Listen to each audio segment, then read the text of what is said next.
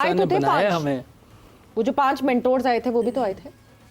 तो वो कुछ नहीं हुआ ना, उसका कोई फायदा नहीं। हाँ। उस ऐसी चीज़ों का कोई फायदा नहीं। आप हारेंगे, आप कहेंगे जी ये एक टूर्नामेंट हो रहा है, नहीं ऐसा नहीं। जो डोमेस्टिक क्रिकेट होती आ रही है पहले से, वो हम रोज़ तो चेंज कर देते हैं। बिल्कुल एक सिस्टम बना हुआ था कायदे आज़म ट्रॉफी का, डिपार्टमेंट क्रिकेट का साल से चलता हुआ आ रहा है, कब से चल रहा था। इतने बड़े बड़े प्लेयर दिए उस सिस्टम ने।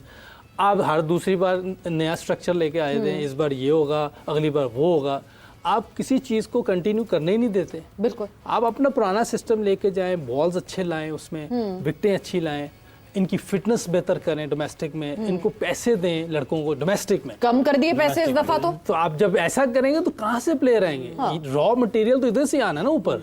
आप इन पे मेहनत नहीं करेंगे, इन लोगों को आगे नहीं लाएंगे तो कैसे होगा? इनकी फिटनेस लेवल ऐसी हो जाए।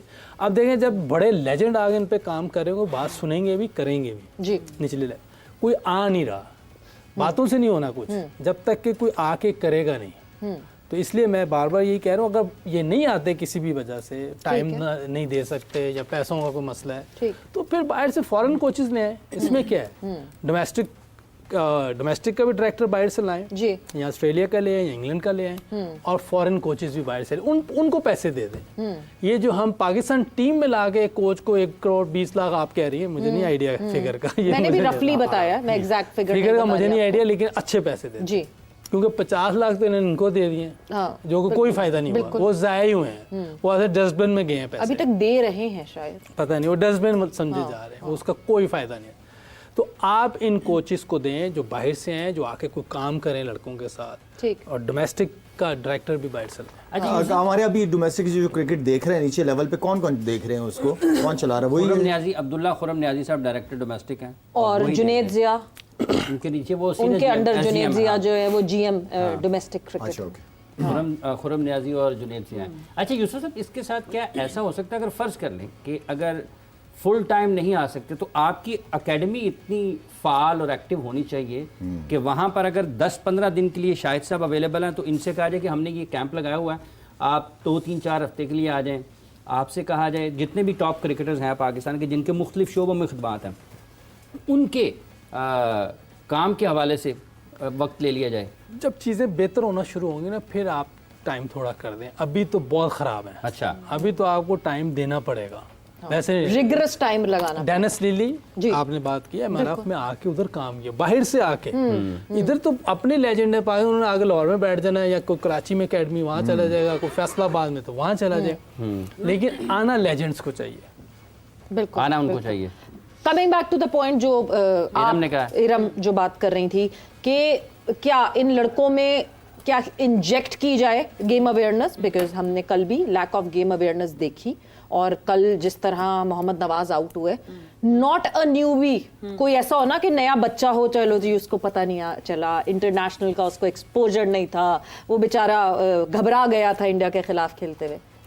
एक अच्छा सीजन पुराना प्लेयर, और अगर वो अटेंटिव नहीं है फील्ड पे, तो फिर तो ये मसाइल होंगे। हम आपको स्क्रीन पे भी वो दिखा देते हैं उसकी पिक्चर्स, और जिस तरह ये तो आप इस वक्त देख रहे हैं ना कि जिस वक्त वो आउट हो गए, इससे पहले वो कोई रन नहीं भाग रहे थे, वो खड़े हुए थे, ही वाज जस्ट स्टैंडिंग।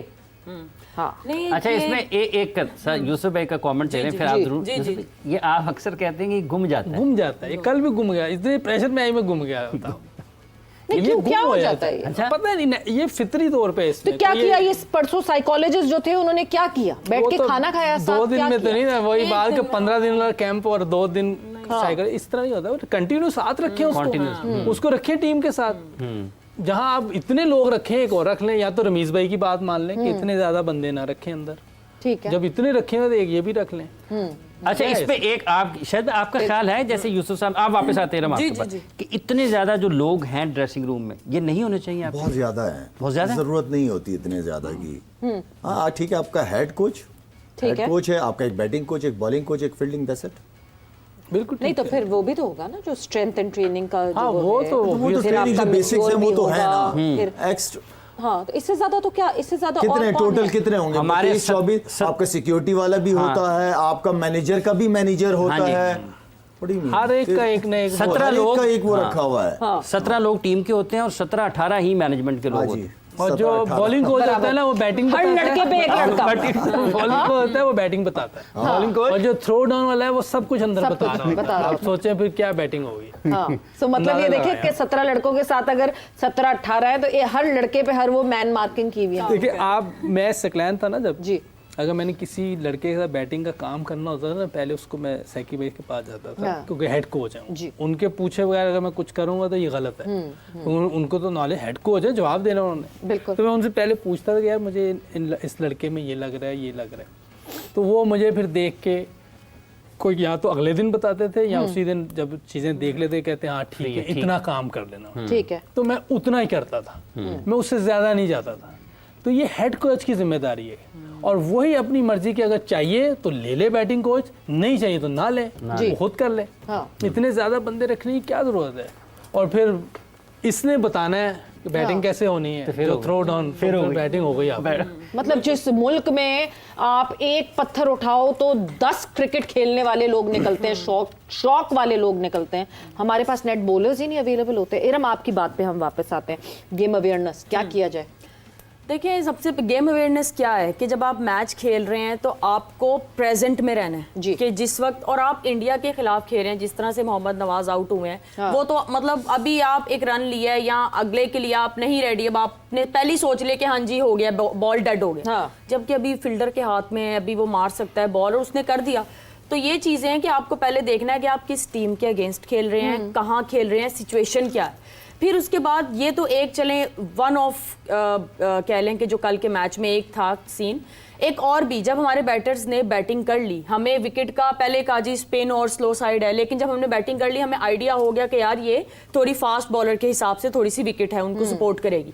तो जब आपकी बैटिंग होगी, आप बाहर आए हैं, आप कोच से बात कर सकते हैं कि यार अगर हम नया बॉल शाहीन के साथ फ़हीम को करवा दें या किसी फास्ट को ही अगर कंटिन्यू रखें, लेकिन वो भी गेम अवेयरनेस में आता है, लेकिन नहीं हम साइम के साथ ही गए हैं। फिर उसके बाद आपकी बॉलिंग में पार्टनरशिप नहीं है, आप बॉलर चेंज पे चेंज करते जा रहे हैं। जहाँ पे हमारी बॉलिंग पार्टनरशिप लगी है 9, 10 और 11, 12, ये 4 ओवर थे जिसमें रऊफ और फ़हीम ने ये 4 ओवर्स किए हैं, उसमें हमारी विकेट्स भी हमने ली हैं उनकी, और हमारे 4-5 इस तरह से करके जो है वो रन्स भी आए हैं। तो बॉलिंग में पार्टनरशिप भी बहुत ज़रूरी है। छोटी छोटी गेम अवेयरनेस है जो कि कल के मैच में बहुत सी जगहों पर, चाहे वो फील्डिंग हो चाहे बॉलिंग हो, ये कमी नजर आई है इसमें। बिल्कुल, और वो कमी थी, इस वजह से जो है वो कमी दिखी, इस वजह से कमी हमें सामने हार दिखी।